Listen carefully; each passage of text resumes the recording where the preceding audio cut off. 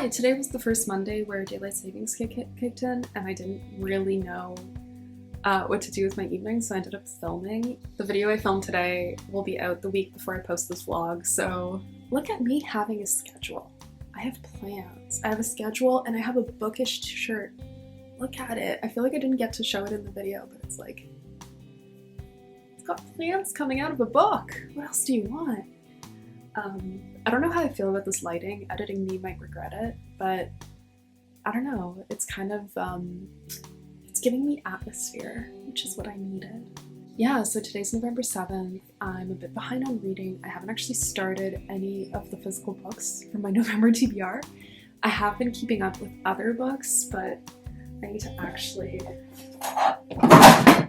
You didn't see that. That never happened.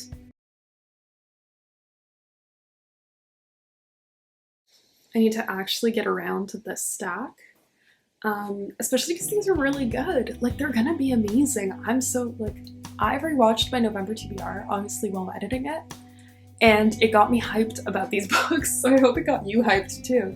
But I need to actually read them. So that's probably what I'm gonna do after dinner tonight, is just settle down with one of them and start reading, start annotating. I'm very excited. This vlog is gonna be a little bit chaotic. I have a lot of different footage that I want to show you, and I think it really captures sort of what I've been up to in this lovely cold November month. And a big thing is that I defended my PhD in October of 2021, and then I submitted the final version of my PhD, I think in the first week of December, the last week of November, something like that. I took some time to do the revisions. They weren't major or anything. I just could not look at my thesis anymore. I just thought I would vomit every time I did look at it. Even though objectively it's a fine thesis. It's totally fine, but I hated it with every fiber of my being by the end. Yeah, doing a PhD was intense. Doing a PhD during a pandemic was extra intense. And then doing a PhD during a pandemic and then having my supervisor pass away suddenly about 6 months into the pandemic was beyond intense. So it's been about 2 years since my supervisor passed away and a year since I defended, and I think I'm still processing some of that. And my boyfriend just got home and he's gonna make me food, so I guess I'll stop filming here. Okay.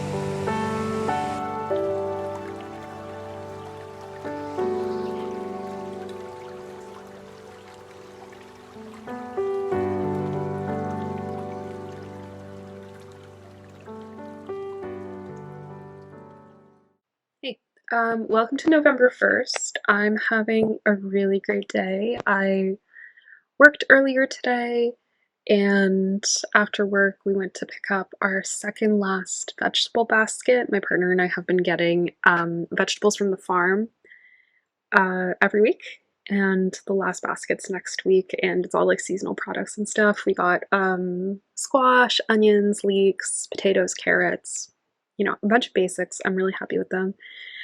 After picking up the basket, we went to the thrift store, and I found some really good stuff. Are you ready? Look at this bag. It's like an over-shoulder bag. It ties at the top here, and it has a little inner pocket that's like perfect for my phone. And it's big. So when I've been going to yoga, I'd lost my I think the cat stole it. I lost the like strap that holds your yoga mat, so you can strap it over your shoulders. So I've just been carrying my yoga mat in a tote. Which makes me look like an idiot, but that's okay. But I feel like this bag is going to be so much better just because it's like deep. And you may notice there's actually stuff in the bag because I found more things. But yeah, this bag was at the thrift store for $3 Canadian, which is like no money. So I'm really, really happy about it. It has like, it's clean, it's not damaged in any way. I love it. And then the thrift store has a lot of like $2, $3, $4 books. So let's see what's in the bag. So the first one is My Dark Vanessa. I've been looking for a paperback copy. It has those corrugated pages that I like. I've been looking, ooh, someone dog-eared a page. 2 pieces of paper like dog-eared together. I don't know if that was intentional. And I think that's the only one, so it might have just been like a place marker. Anyway, I saw this. I've been meaning to get a copy. I keep like thinking that I should limit the amount of books that I own, because we might move at some point in the next year or 2 years. It's hard to say. Completely depends on career stuff. So it's like moving books is such a pain, but I really liked this when I read it 2 years ago. I thought it was really interesting, and I read it before reading Lolita. And now that I've read Lolita, I'm interested in rereading this. And I'd be really interested also in like annotating it and doing like a closer read. So I wanted a physical copy. And I also just think it's a really like interesting and important book. So I'm happy to own it. That was exciting. And then the next book I won't speak about too much because actually my partner got it. It's for him. It's Zen and the Art of Motorcycle Maintenance. Maintenance? Yeah. I keep forgetting if it's maintenance or repair. It's like a really old, nice edition. The font is teeny weeny. I definitely won't be reading this edition. But it does smell good. It kind of smells like the thrift shop more than the old books. The thrift shop has this like flowery smell to it almost. But yeah, it's a cute little edition, and it was $2.25. But then what I was really excited about, I found 2 foreign books in English, and the thrift store that we go to, we live in a mainly French neighborhood. So the thrift store we go to tends to not have a lot of English books. So I feel really, really lucky that I got these. Okay, I'm going to say it wrong, but The Decagon House Murders. So I found this book, The Decagon House Murders. I've never heard of it before. But I saw murders, I saw a Japanese author. I'm like, ooh, translated fiction. Fascinating. And then I saw the back. The lonely rock-bound island of Tsunojima is notorious as the site of bloody, unsolved murders. Some even say it's haunted. One thing's for sure, it's the perfect destination for the K University Mystery Club's trip. Would you go on a trip to a haunted murder island? No. You know why? Because when the first club member turns up dead, the remaining amateur sleuths realize they will need all of their murder mystery expertise to get off the island alive. As the party are picked off one by one, survivors grow desperate and paranoid, turning on each other. Will anyone be able to untangle the murderer's fiendish plan before it's too late? I've seen just such interesting names so far. Someone's called LaRue, someone's called Poe. Okay, so they're just giving themselves like literary names. There's also someone called Agatha. Obvious allusion there. Anyway, this looks really fun. Oh, there's also a diagram. I kind of love murder mysteries that have diagrams. It's like the placing of the stuff is important. So yeah, this looks like a lot of fun. It's probably going to be like a cozy winter read at some point because murder mysteries are my definition of cozy. Yeah, this looks really good. I'm excited for it. And then the last book is also translated fiction. And I picked this up because I saw the spine and I saw it's made out of this like matte material, and I just love books with this texture. Like, you can hear it. You can hear how nice it is. And it's so pretty. Alberto Ventura has traveled to Chile to attend the funeral of his father, Roberto, a man hated and loved both by his family and the local people. Roberto was known in the village as an enigma, a rake, a controversial boss, and a quick-tempered thug. It's said that he destroyed the family land by mass farming eucalyptus trees, and he's known to have killed a local boy in a fit of rage. Yet as Alberto delves into the rumors that obscure his father's death, was it natural causes, vengeance, murder, or self-sacrifice? He finds the reputation at stake is his own.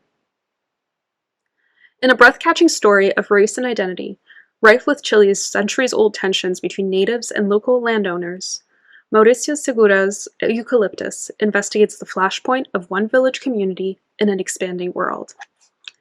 I've never heard of this. I looked it up on Goodreads and it has like 4 reviews. Like, it is not a book anyone knows anything about.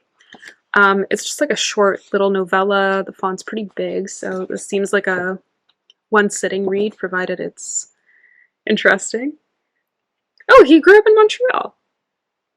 So the author was born in Chile and then grew up in Montreal and studied at Université de Montréal and at McGill. Oh, all right. And he still lives in Montreal, so this is a local author. Oh, I didn't know that. And I think it was written in French originally because it does say that it was translated from French. So it's a local but Chilean author. Wow, I didn't realize that when I picked it up. I'm actually so excited for this. I think this will be just like next time I feel like a novella. And I haven't read a lot of South American literature specifically. I really want to branch out into more South American literature in the upcoming year. So that's another reason why I grabbed this. I'm so excited I found this little guy. So yeah, these two picked up on a total whim and they both seem great, and they were $3.25 and $2.25 Canadian dollars. So all in all, I think I paid like $10 for a great bag and a bunch of books. And then the rest of my plans for the night are to play Hollow Knight and listen to either The Murder of Roger Ackroyd, I'm almost halfway through, or to Bunny, which is so entertaining. It's so entertaining. I'm not very far into Bunny right now, but it's like absurd and I love it. As a fan of Heather's, like, I love it. So I'll probably listen to a book and play video games for a bit and then like take a bath, do like nighttime routine stuff, and get into bed probably with some knitting. So the knitting was here for the reveal. Is I finished Clue 2 a couple of days ago. I finished all these like braided sections, and now I'm working on Clue 3, which is these long strips that look like that and have this like wavy pattern that's going to keep going. You can see it right there. Yeah, like that wave. I actually really like it. It uses some stitches that I know people don't like knitting and purling through the back loop, but that doesn't bother me at all, and the cabling also doesn't bother me at all, and I think it's really pretty. I also love the color I've chosen. And now that I've seen the finished shawl, I'm like actually enjoying the journey with this one. I might have to get more yarn because I think the yarn I got doesn't have sufficient yardage to finish the shawl as intended. So I'm either going to modify the border, or if I really run out of yarn, I'm going to have to do a yarn purchase. So that's dangerous. But for now, it's just, I'm going to make 2 like really long strips. Like it goes woo woo woo woo 3 times on each side with this gorgeous color. I'm really excited for how it's going to turn out. my goal, I think I'm posting this vlog in like 3 weeks, so my goal is to have the shawl done. I don't know if that's realistic. And I have a lot of like current projects that need some love. Let's put it that way. I have put them down and not picked them back up in a while. Okay, so those are my plans for the evening. Yeah, really excited. I have yoga tomorrow. Also really excited for that. I'm gonna film more cat yoga stuff. And then what else? I went bouldering with friends yesterday. We're going again in a couple of days. Life's really good lately. I feel really like balanced lately. My days are varied, which I think is really challenging when you work from home and after, 2.5 years of confinement and after graduating from a PhD and sort of I took a lot of distance from the academic world. I really needed a break. I was very burnt out. I think I've been feeling very lost in this past year, just figuring out what it is that I want to do. Now that the PhD is over and now that the pandemic is a little quieter, more under control. It's still raging, but not the way it was in 2020. I guess my point is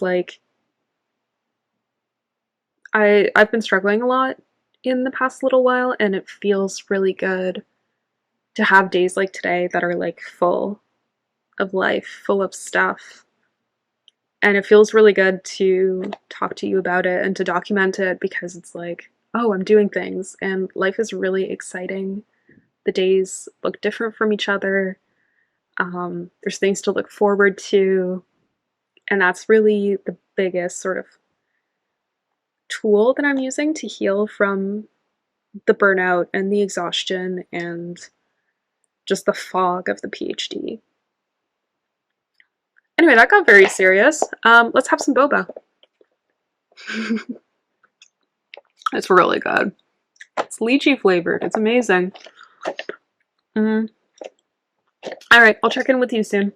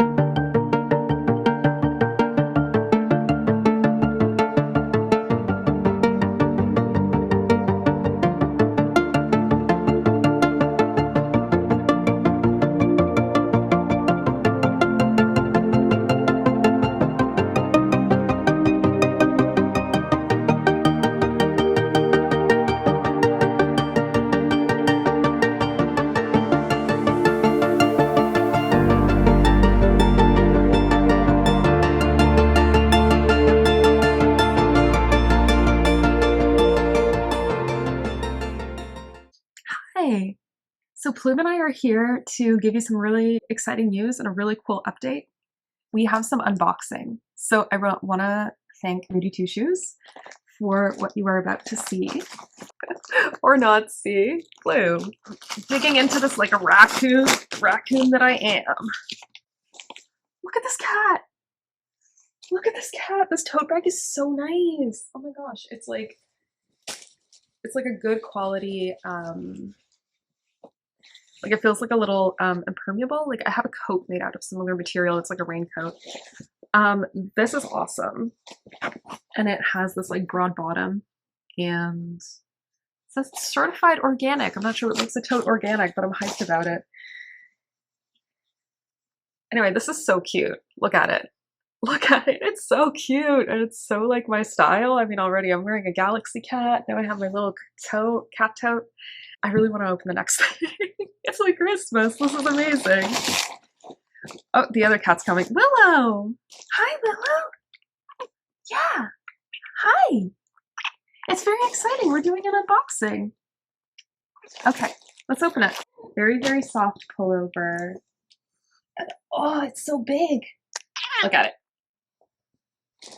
I read past my bedtime. I do. All the time, all day, every day. I apologize if you work with me. I am never awake because I am up reading. I love this. Let's try it on. Look how cute this is. Wow. You kidding? I'm just gonna walk around town like this. I really like to joke. So I'm 28 years old, but I get carded all the time here, even though the drinking age is 18. And I think this is just gonna make me look more like a teenager. And you know what? I'm okay with that. Because I'm always like, you don't know that I have a PhD and I'm 10 years older than you think I am. And that's okay. Okay, well, thanks for joining me for my first ever unboxing. This is so exciting. I'm just like, oh, I feel like I feel like an influencer.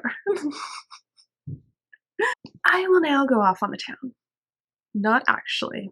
I have house things to do. But I will go out later to yoga, and I might wear this to yoga. Thinking about it. Depends how cold it is tonight, but I think it's pretty cold, and I think this will be a good outfit for yoga. Okay, this was fun. Bye.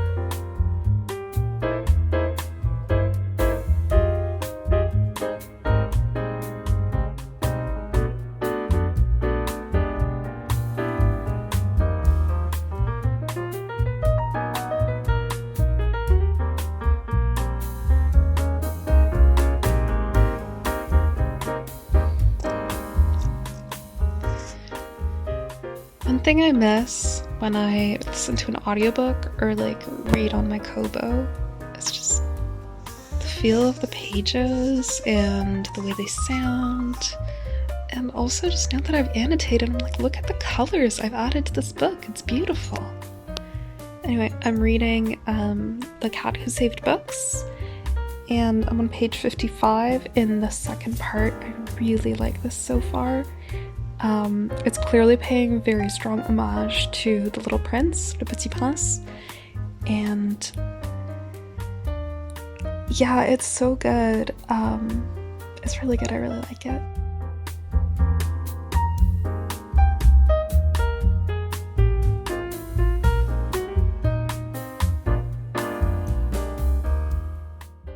So I'm having a surprisingly good fall. I usually get really lethargic around this time of year, but I've been actually going out and doing stuff, which has been great. Just got back from a really cool date where we also got some books. So I have a tiny little book haul. Bloody Chamber, The Vegetarian, and The Phone Book at the End of the World. I got them all firsthand, and they're beautiful. Oh, they're so beautiful. Anyway, what I want to leave you with at this vlog, really, is what my evening routine has been looking like lately, and just the peace that I've been creating for myself. And nothing has been helping me heal from the stress of academics and of PhD research more than what you're about to see. So stick around, enjoy the music, and thanks again for watching. And just take good care of yourselves. Have a wonderful time.